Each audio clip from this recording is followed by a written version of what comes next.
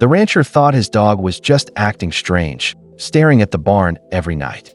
But when the howl started, he finally went to look and uncovered a buried secret so shocking it would shatter everything he believed about his land, his past, and his quiet little town. Tom had worked this land for over 20 years. His days started before dawn and ended long after the sun had slipped behind the ridge. Most evenings, when he finally climbed the porch steps, his German shepherd, Duke, would be waiting, tail thumping, eyes bright, ready to walk the fence. Line one last time before bed, but lately, Duke had changed. It started subtly. One evening, instead of following Tom inside, Duke walked to the edge of the yard and sat facing the old barn. He didn't bark. He didn't pace. He simply stared at the weathered boards as if expecting someone, or something, to step out of the shadows. "Come on, boy," Tom had called, patting his leg. But Duke didn't move. The next night, it was the same. And the next. By the end of the week, Tom was growing uneasy. No matter how many times he called, Duke refused to look away.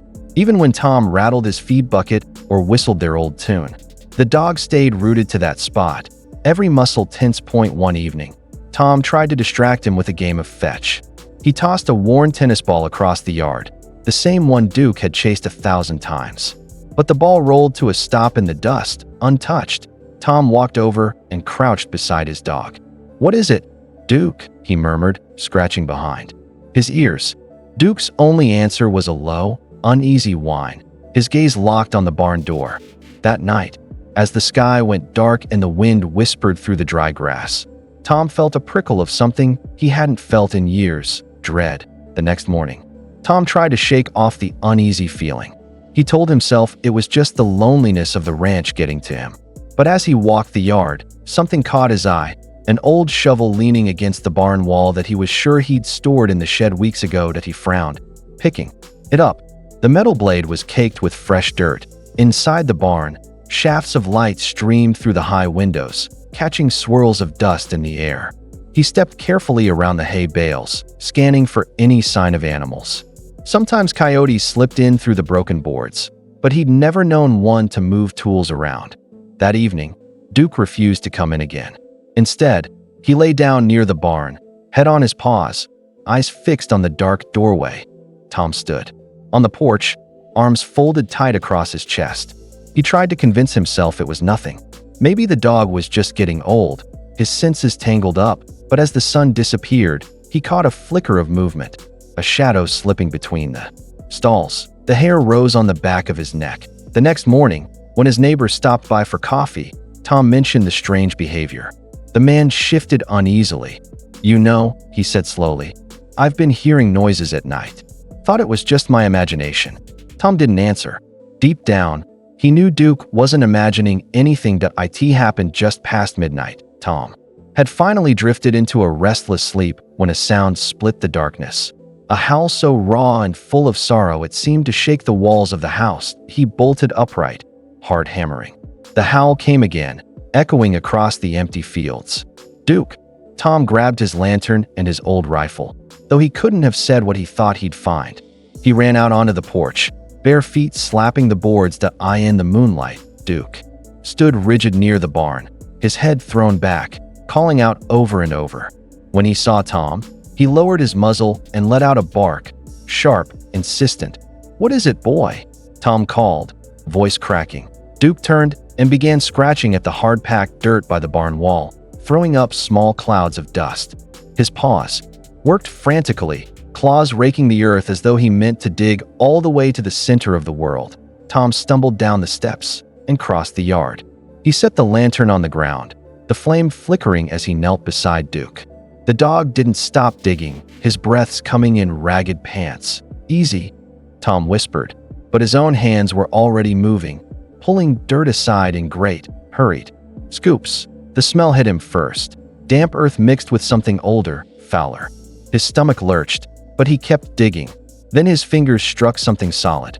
What he swallowed hard, glancing at Duke. The dog had stopped digging and now sat back on his haunches, eyes locked on Tom, as if to say, "Keep going." Tom braced himself and began clearing the last layer of soil, knowing with cold certainty that whatever was buried here It wasn't meant to stay hidden. Tom brushed away the final clumps of dirt, his lantern casting a trembling glow over the rough wood. It was an old crate, the kind you'd haul supplies in, but no one used crates like this anymore. Not for decades. His hands shook as he searched for a latch.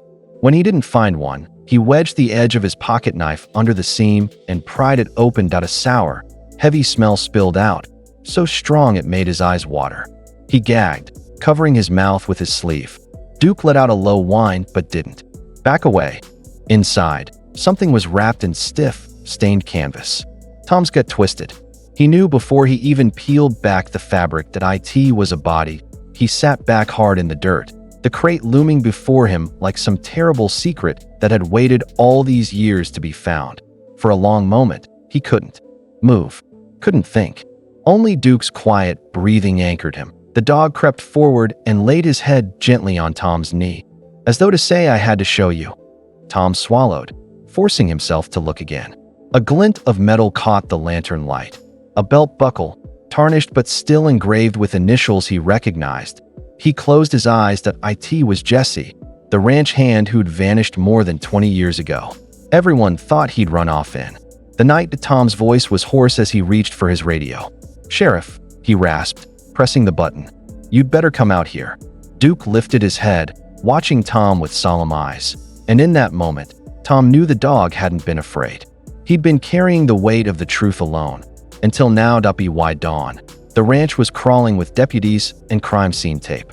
The sheriff, a broad-shouldered man with tired eyes, stood with Tom near the barn. "You're sure it's Jesse?" he asked quietly.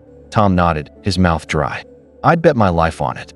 The forensics team worked in grim silence, photographing every inch of the crate and carefully lifting the canvas-wrapped remains. Duke lay a few feet away, chin resting on his paws, watching it all without blinking. No one tried to move him.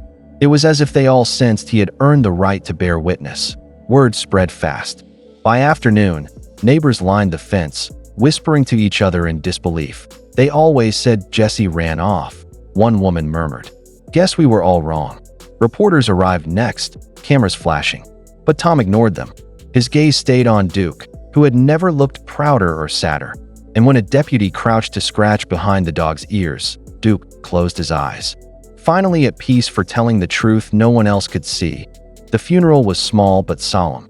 A handful of old ranch hands came to pay respects, hats in hand. Voices hushed as the pastor spoke. Tom stood near the back with Duke at his side. As the last words echoed across the dry grass, he rested a hand on the dog's broad shoulders. "You knew," Tom whispered. "All this time." Duke didn't look up. He only pressed a little closer, as if to say he would always keep watch. Later that evening, as the sun melted into the horizon, Tom sat on the porch steps, the barn outlined in soft gold. Duke settled beside him, finally calm. Neighbors came by to shake Tom's hand and to bend down and thank the dog who refused to forget.